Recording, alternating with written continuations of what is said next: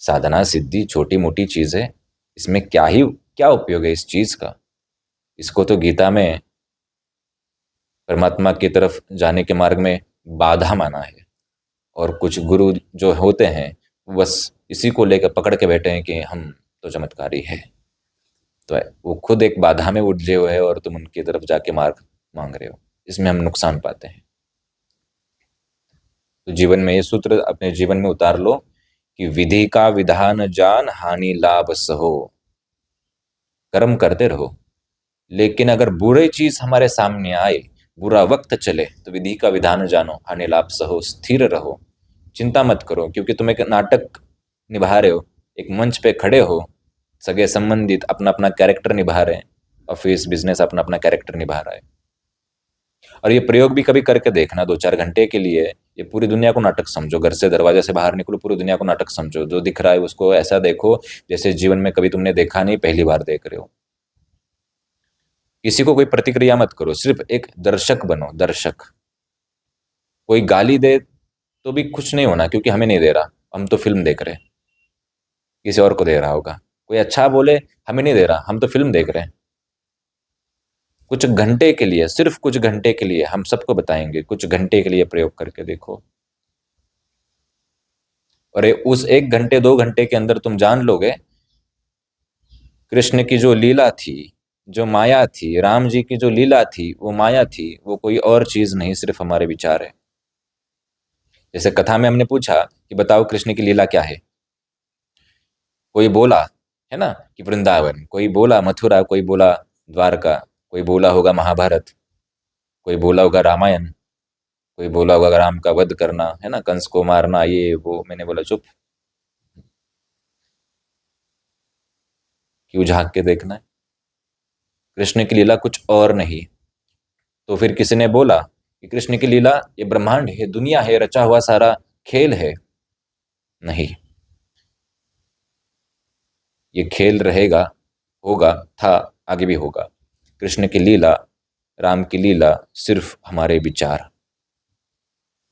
हमारे मान्यताएं, हमारे दृष्टिकोण, हमारे देखने का नजरिया है।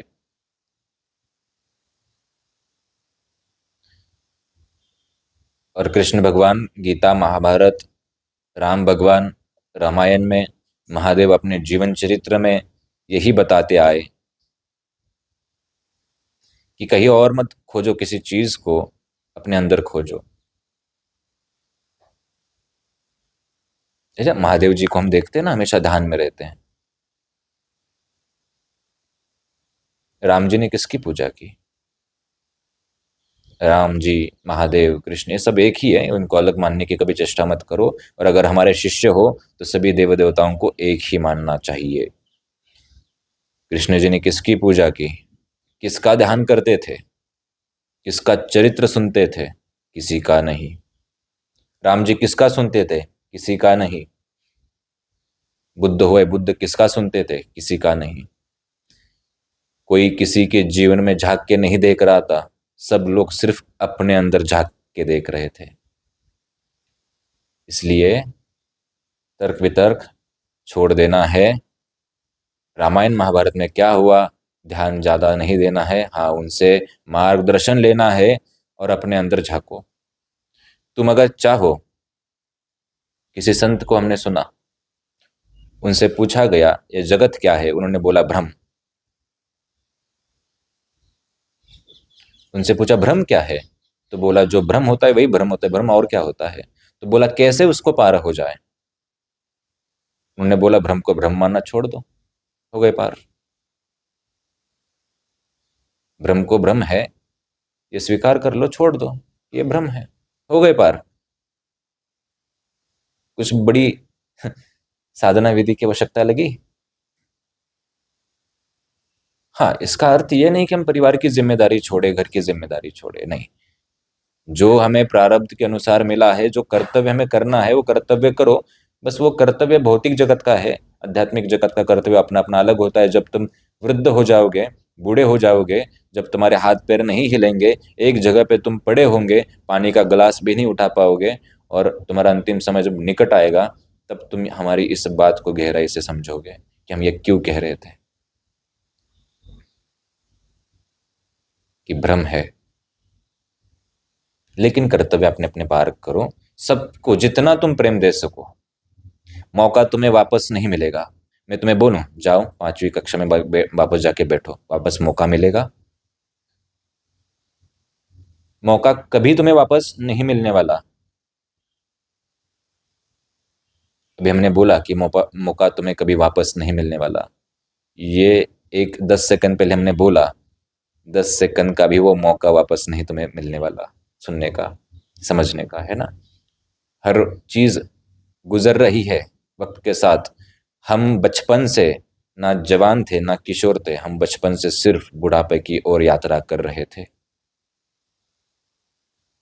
और ये तुम जल्दी स्वीकार कर लो, अपने जीवन में जितना तुम खुश रह सको, बेवजह के खुश, पागलों की तरह। दुनिया भले पागल कहे, फर्क नहीं पड़ता। ये संसार क्या कहेगा, लोग क्या कहेंगे, अरे बाप रे, अड़ोस पड़ोस क्या कहेंगे, सगा संबंधी क्या कहेंगे, छोड़ दो। तुम उनके लिए नहीं आए हो। सबसे पहले खुश रहो। जिस स्थिति परिस्थिति में हो, मीराबाई थी, है ना, हर स्थिति परिस्थिति में खुश थी, है ना।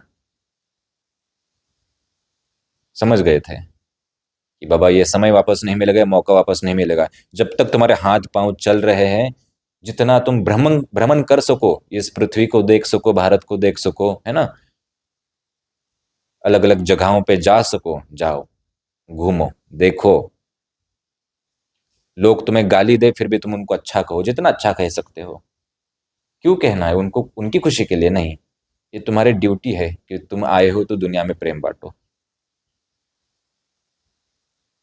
ये हमारी ड्यूटी बनती है कि तुम आए हो तो दुनिया में प्रेम बांटो, सबको अच्छा कहो।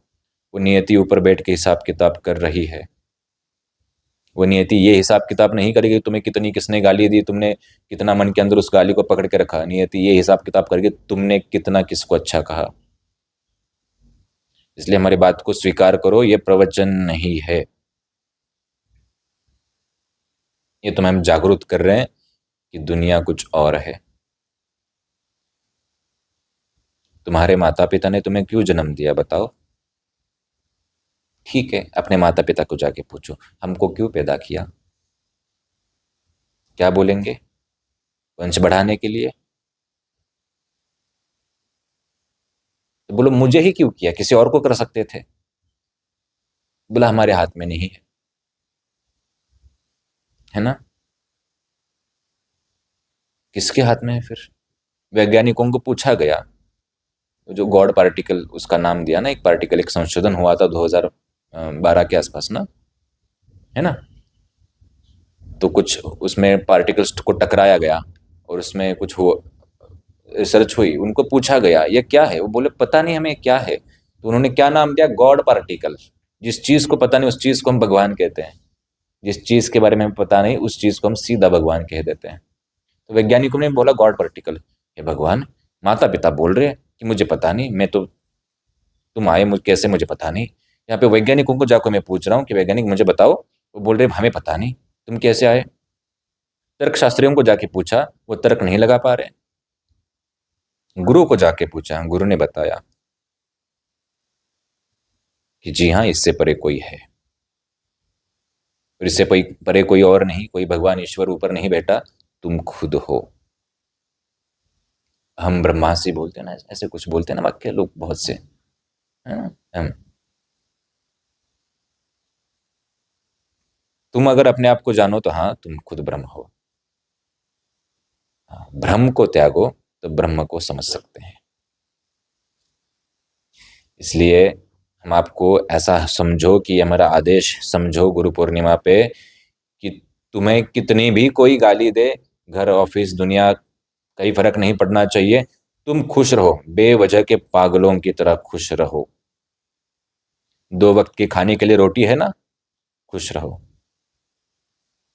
हाँ, 2 वक्त की रोटी भी ना हो तो समस्या बहुत तेज हो सकती है, पता है। रोटी है, खुश रहो बेवजह के। हम तुमको ये भी आदेश देंगे कि अपने अंदर हमेशा खुश रहो, जितना तुम लोगों से प्यार बांट सको बांट लो, कोई चिंता नहीं।